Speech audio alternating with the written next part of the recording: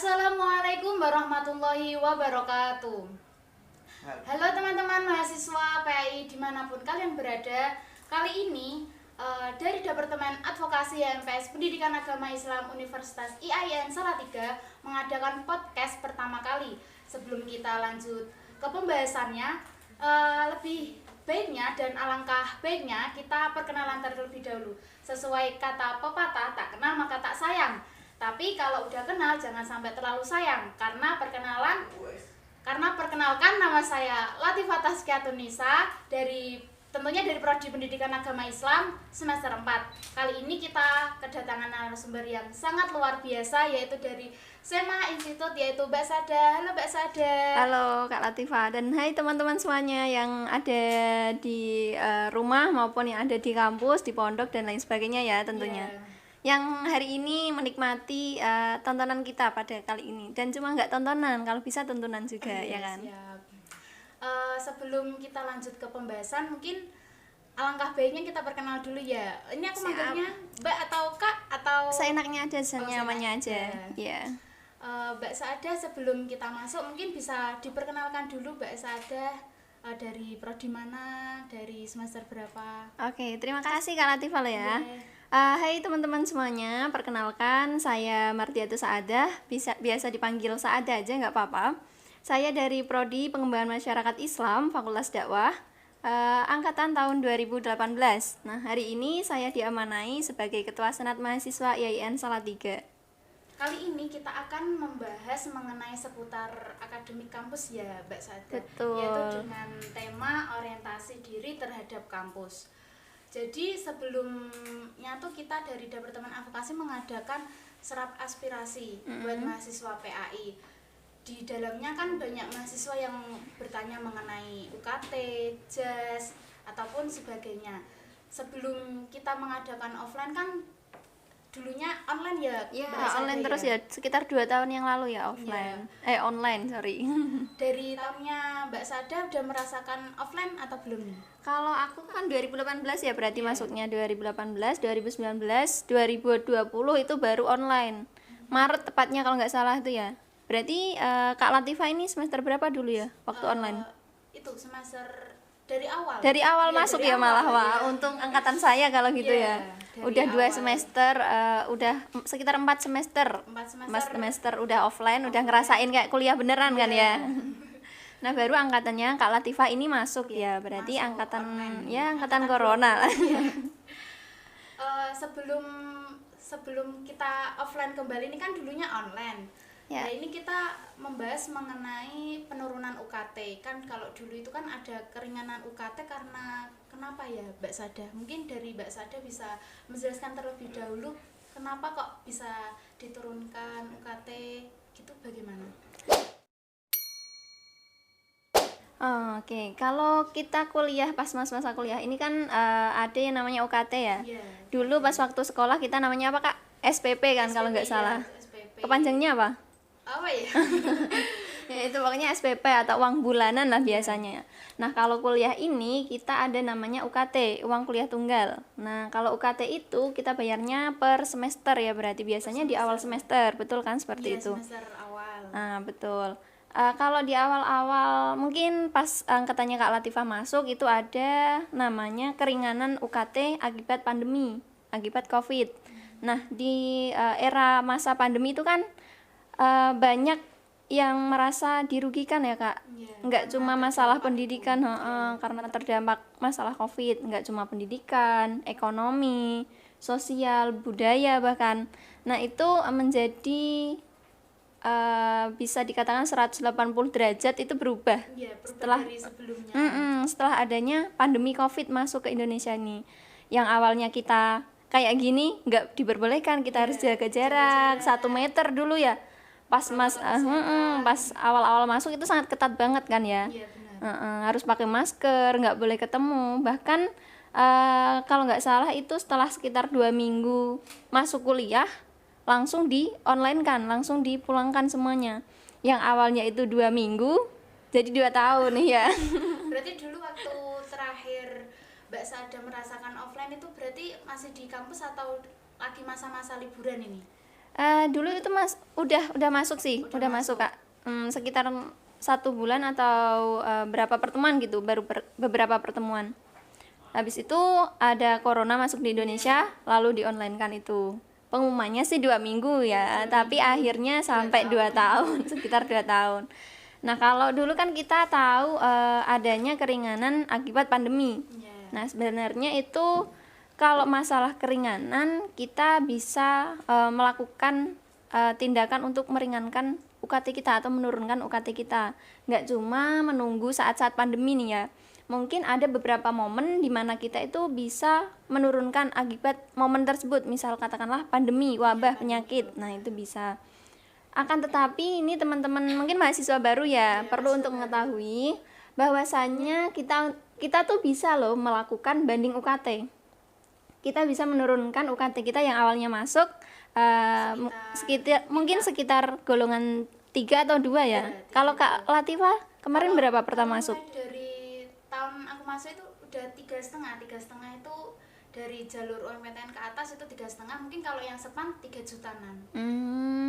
Berarti sekali masuk jalur UMPTKIN ya? Ya, UMPTKIN Mandiri itu 3,5. 3,5. Nah itu kan di UKT kita ada nih beberapa golongan, 1 sampai 5, golongan 1 sampai 5. Golongan 1 biasanya itu 0 sampai 400.000. Nah golongan 2 itu tergantung dari fakultasnya, tergantung juga dari prodinya. Nah ini kita nggak bisa sama ratakan. Misal prodinya Kak Latifah PAI 3.500.000. Aku dulu itu 1.500. 1.500. Jadi kita nggak bisa sama ratain antar satu jurusan sama jurusan yang lain. Nah kalau Kak Latifah 3,5 nih ya, pertama kali masuk merasa keberatan, aduh aku masa 3,5 nih bayarnya, padahal kalau awal-awal masuk kan harus beli seragam, udah nggak ada seragam ya, harus beli jas. Kalau yang mau ngontrak harus DP kontrakan, yang mau ngekos cari kos-kosan dulu, kan banyak pengeluaran nih ya. Nah mungkin Kak Latifah ini merasa aduh gimana ya orang tua aku nanti, apalagi kita yang baru masuk jadi mahasiswa baru, belum ada kerjaan, belum ada pengalaman di sini, gimana caranya nurunin ya. Sebenarnya itu bisa kita buat nurunin. Biasanya itu persyaratannya apa aja Mbak? Nah syarat-syaratnya mungkin salah satunya itu ada fotokopi KTP, fotokopi KK, kemudian berkas-berkas yang bisa mendukung untuk kita nurunin UKT kita. Contohnya tuh ada apa ya namanya, KIP itu bisa, terus BPJS, kartu apa Kak? Kartu sejahtera itu apa? Kartu apa? Ya udah kartu Indonesia Pintar, KIP itu kan ya. Ya makanya kartu-kartu yang menunjang kesejahteraan kita yang diberikan oleh pemerintah itu bisa dimasukkan menjadi syarat kita mengajukan keringanan. Kalau slip gaji itu termasuk enggak ya Kak? Kalau untuk banding UKT itu bisa, slip gaji itu bisa Kak, soalnya kan dari slip gaji itu biasanya dekan atau wadek itu bisa menentukan ini kira-kira gajinya berapa kok minta banding UKT, ini masuk kriteria apa enggak. Lawang gajinya gede kok minta banding UKT, kan jadi pertimbangan loh di sana. Nah gitu. Kalau seumpama ini kan itu ya, semua orang tua kan nggak mungkin terdapat pekerjaannya yang ada slip gajinya. Kalau seumpama nggak ada slip gaji tuh kita mintanya kemana, terus harus nyarinya di mana, itu gimana Kak Sada? Kalau yang orang tuanya nggak ada slip gaji, termasuk orang tua aku ini pekerjaan yang nggak ada slip gajinya ya Kak ya. Mungkin orang tua Kak Latifah juga tahu, orang tua teman-teman di rumah. Informasi kan biasanya kurang informasi atau masih bingung harus bagaimana. Mungkin maba yang lihat podcast ini bisa mencari tahu informasinya lewat bincang-bincangnya kita ini ya. Ya betul. Kalau orang tuanya yang nggak ada slip gajinya atau biasanya dari kantor atau dari sebuah perusahaan, itu bisa minta surat keterangan tidak mampu atau surat keterangan gaji itu di kepala desa atau di kantor desa masing-masing. Teman-teman itu pasti ada. Coba yang baru mau masuk atau baru mau coba nih, silahkan untuk datang ke kantornya kepala desa atau kantor pemerintahan desa. Nah itu biasanya ada di sana. Beliau-beliau menyiapkan berkas untuk beberapa persyaratan, bisa untuk kita nih yang mau kuliah atau persyaratan-persyaratan yang lainnya, bisa itu dicari di sana. Silahkan dicoba. Biar sesekali main ke kantor ya. Benar. Berarti kalau kalau kita banding kan harus memenuhi persyaratan ya, biar ibarat kayak di ACC gitulah dari pihak kuliahnya. Kan itu tadi kita membahas itu ya Mbak ya, online. Mungkin kalau sekarang kita membahas karena ranahnya kita sekarang udah kuliah offline. Nah itu kira-kira ada keringanan UKT atau enggak sih kalau pandangan dari Kak Saada sendiri, karena kan kita 2 tahun yang lalu sudah mengalami kuliah online, lalu ada keringanan UKT karena terdampak COVID, wabah. Nah kalau sekarang ini kira-kira bisa atau tidak ya? Oke. Tadi kan kita bahas mengenai berkas-berkasnya nih Kak ya. Tapi sebenarnya perlu kita tahu bersama nih teman-teman, bahwasanya ada yang namanya keringanan UKT akibat pandemi. Kayak kemarin mungkin ada beberapa teman-teman yang di sini atau di rumah itu melakukan banding UKT itu ya, akibat keringanan COVID itu. Kemudian ada juga yang namanya banding UKT, ini sifatnya permanen. Kalau yang akibat COVID itu mungkin keterangannya itu hanya berlaku untuk 1 semester atau 2 semester saja. Berarti sifatnya sementara, tergantung pengumuman yang diberikan. Biasanya sih 1 semester. Nanti kalau udah ganti semester otomatis kita ngajuin lagi gitu, karena sifatnya bukan permanen ya. Nah, kemudian selain itu ada juga banding UKT yang sifatnya permanen. Jadi dari awal kita banding sampai nanti kita lulus itu segitu terus. Jadi misalkan ya Kak Latifah tadi kan 3,5 ya, 3,5. Kemudian kita banding UKT, nah tembusnya 3 juta nih. Jadi dari awal kita banding UKT sampai nanti kita lulus itu kita bayarnya 3 juta gitu. Beda lagi kalau yang pandemi tadi ya, yang akibat pandemi itu. Jadi berlakunya cuma 1 semester sementara. Jadi kita harus update terus, perbarui terus. Berarti kalau kan kita udah melewati masa-masa pandemik 2 tahun. Setelah ini kan kita udah offline. Berarti bisa nggak kalau kita mengajukan keringanan UKT, karena kan dari serap aspirasi dari advokasi kan ada yang itu mengeluh kesahkan minta diturunkan UKT-nya walaupun kita sudah nggak menjalani masa-masa wabah atau dampak COVID. Itu gimana Kak Sada?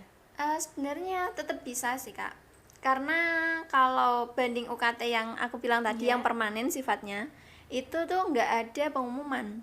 Jadi artinya dari tanggal sekian sampai sekian ada pembukaan banding UKT, nggak seperti itu biasanya. Tapi tergantung kondisional masing-masing orang. Ketika dibutuhkan untuk banding UKT, ya silahkan untuk mengajukan diri. Itu kalau bisa jauh-jauh hari sebelum penutupan pembayaran UKT itu. Nah, berarti jauh-jauh hari sebelum pembayaran UKT kita udah mencari berkasnya dulu gitu. Betul.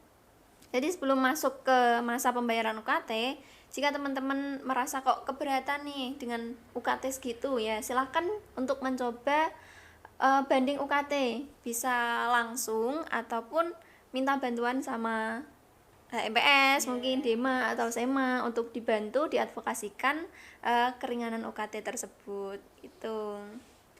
Berarti walaupun tidak terdampak COVID terdampak COVID berarti masih bisa mengajukan ya, tapi bisa.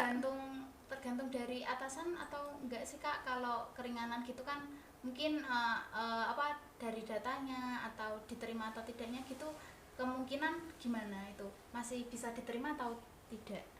Kalau keputusan diterima atau tidak itu nanti naiknya ke tingkat institut ya. Kalau sekarang udah UIN ya teman-teman. Alhamdulillah udah jadi UIN.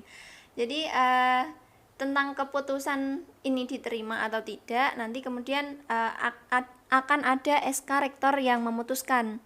Akan tetapi kalau kita di fakultas mengajukan mengajukan berkasnya itu tidak langsung ke tingkat UIN, akan tetapi dari wakil dekan terlebih dahulu, berkasnya kemudian diseleksi, baru diangkat. Nah, yang memutuskan itu nanti ada SK rektornya sendiri gitu. Berarti bertahap dari, maksudnya mungkin dari teman-teman mahasiswa kan masih kurang paham, jadi ranahnya mungkin bisa konsultasi ke HMPS, terus nanti HMPS mengarahkan ke Kaprodi, mungkin dari Kaprodi nanti mengarahkan ke atas-atasannya gitu ya Kak? Ya, betul sekali. Tadi kan kita membahas mengenai keringanan UKT dari terdampak COVID sampai tidak terdampak COVID. Kalau keringanan UKT ini, karena kan ada beberapa mahasiswa yang menanyakan, Mas Mbak, dulu waktu saya masuk orang tua saya masih ada, tapi setelah berjalan beberapa semester orang tua saya dia meninggal, apakah masih bisa diajukan keringanan? Karena dengar-dengar waktu teman saya yang masuk itu kan orang tua kalau sudah meninggal kan UKT-nya dengar-dengar ini 400 gitu. Bisa nggak sih Kak?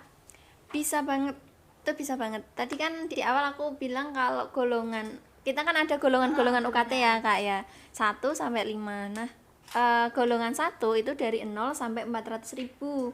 Nah, gimana nih kriteria yang dapat golongan 1 ini? Salah satunya kalau yang UKT 0 itu yatim piatu. Nah, kita kan nggak mau nih yang kayak gitu.